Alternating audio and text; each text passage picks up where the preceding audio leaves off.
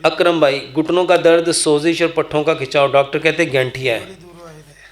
میرے محترم بھائیوں، یہ جس کو گینٹھیا ہے، یہ جو بھی میں نے 5 چیزیں بتائی ہیں، صبح کا کھانا 60%، دوپہر کا کھانا 30%، شام کا کھانا 10%۔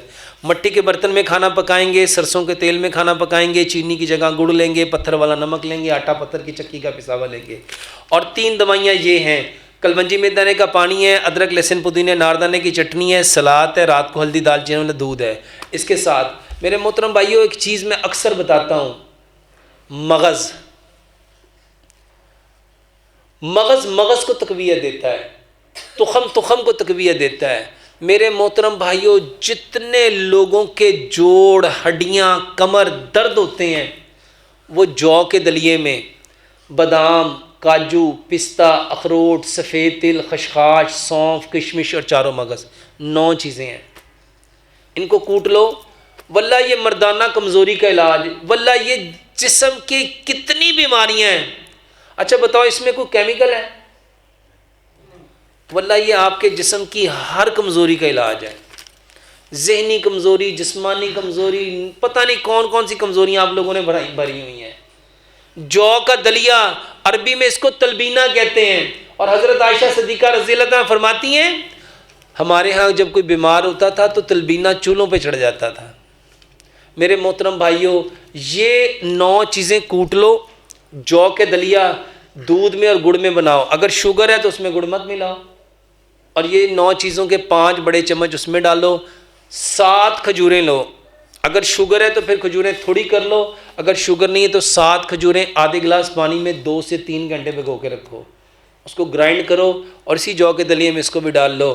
یہ جو کا دلیہ ایک کٹوری صبح، ایک دوپہر، ایک شام، واللہ 10 دن کھا لو، آپ کے جوڑ اس سردیوں میں، اگر آپ خود نہ کہو کہ الحمدللہ یہ ساری چیزیں، ایک جس کو گینٹھیا کہتے ہیں، صرف 2 باتیں گینٹھیا میں اور یاد رکھو، نوالے کو جتنا چبا سکتے ہو، ایک لقمے کو 32 سے 40 بار چباؤ۔ کیوں؟ میرے محترم بھائیو یہ جو منہ میں سلیوری گلینڈ ہے نا، یہ سلائیوا بناتا ہے، یہ جو تھوک ہے نا یہ سلائیوا ہے، یہ علاج ہے، یہ دوائی ہے۔ نبی صلی اللہ علیہ وآلہ وسلم نے حضرت علی رضی اللہ تعالیٰ عنہ کی آنکھیں خراب ہوئی تھی تو آنکھوں پہ کیا لگایا تھا؟ ایک صحابی کی آنکھ پہ تیر لگا تھا، ڈیلا باہر آ گیا تو نبی صلی اللہ علیہ وسلم کیا لگایا تھا؟ ابو بکر صدیق کے بارے میں غار ثور میں آتا ہے، وہ کہتے ہیں یہ روایت ضعیف ہے، لیکن اس میں ابو بکر صدیق کے گھٹنے پہ کیا لگایا تھا؟ اچھا لوگ کہتے ہیں بھائی صاحب وہ تو نبی کا لعاب تھا، وہ تو اس لیے اتنا طاقتور تھا، تو یہ کیسے ہو سکتا ہے کہ نبی کا لعاب جو تھا اب ہم لگائیں گے تو وہ بھی ایسی؟ میرے محترم بھائیو نبی کا ہر کام ہمارے لیے کیا ہے؟ سنت۔ اچھا چلو میں آپ کو نبی کے بعد ایک اور دلیل دیتا ہوں۔ 2 صحابی ہیں، ایک کا نام حضرت ابو سعید خدری رضی اللہ تعالیٰ عنہ، ایک کا نام ابو دجانہ رضی اللہ تعالیٰ عنہ۔ یہ دونوں 2 مختلف قافلوں کے ساتھ سفر کر رہے تھے، انہوں نے قبیلے والوں سے کھانا مانگا، ایک قبیلے کے سردار کو بچھو نے کاٹا، ایک قبیلے کے سردار کو سانپ نے کاٹا، انہوں نے بہت علاج کیا لیکن ان کو فرق نہیں پڑا، انہوں نے کہا جاؤ اس قافلے والوں کے پاس، شاید ان کے پاس ان کا کوئی علاج ہو، تو ان کے پاس آئے، ان کا ہاں علاج ہے لیکن کریں گے نہیں کیونکہ ہم نے کھانا مانگا تھا، آپ نے کھانا نہیں دیا۔ تو پھر ایک قبیلے والوں سے 100 بکریاں اور ایک قبیلے والوں سے 60 بکریوں کے عوض طے پایا، تو اس صحابی نے کیا کیا تھا؟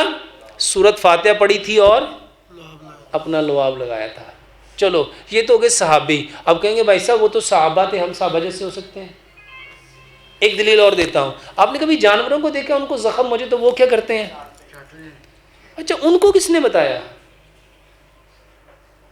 ان کو کس نے بتایا؟ یہ کتا دیکھ لو، بلی دیکھ لو، آپ نے بلی کو دیکھا زخم ہو جائے تو اپنی ٹانگ پہ کیا کر رہی ہوتی ہے؟ یہ گائے بیل ان کو زخم ہو جائے تو کیا کر رہی ہوتی ہے؟ کیوں چاٹتے ہیں؟ میرے محترم بھائیو اس تھوک میں آپ کے بدن کی بے شمار بیماریوں کا علاج ہے، اور یہ جو میں پانی کہتا ہوں نا گھونٹ گھونٹ کر کے پیو، یہ جو میں کہتا ہوں 32 بار چباؤ، یہ کہانی نہیں ہے۔ 32 بار چباؤ گے تو کتنا سلائیوا اس کے اندر آئے گا؟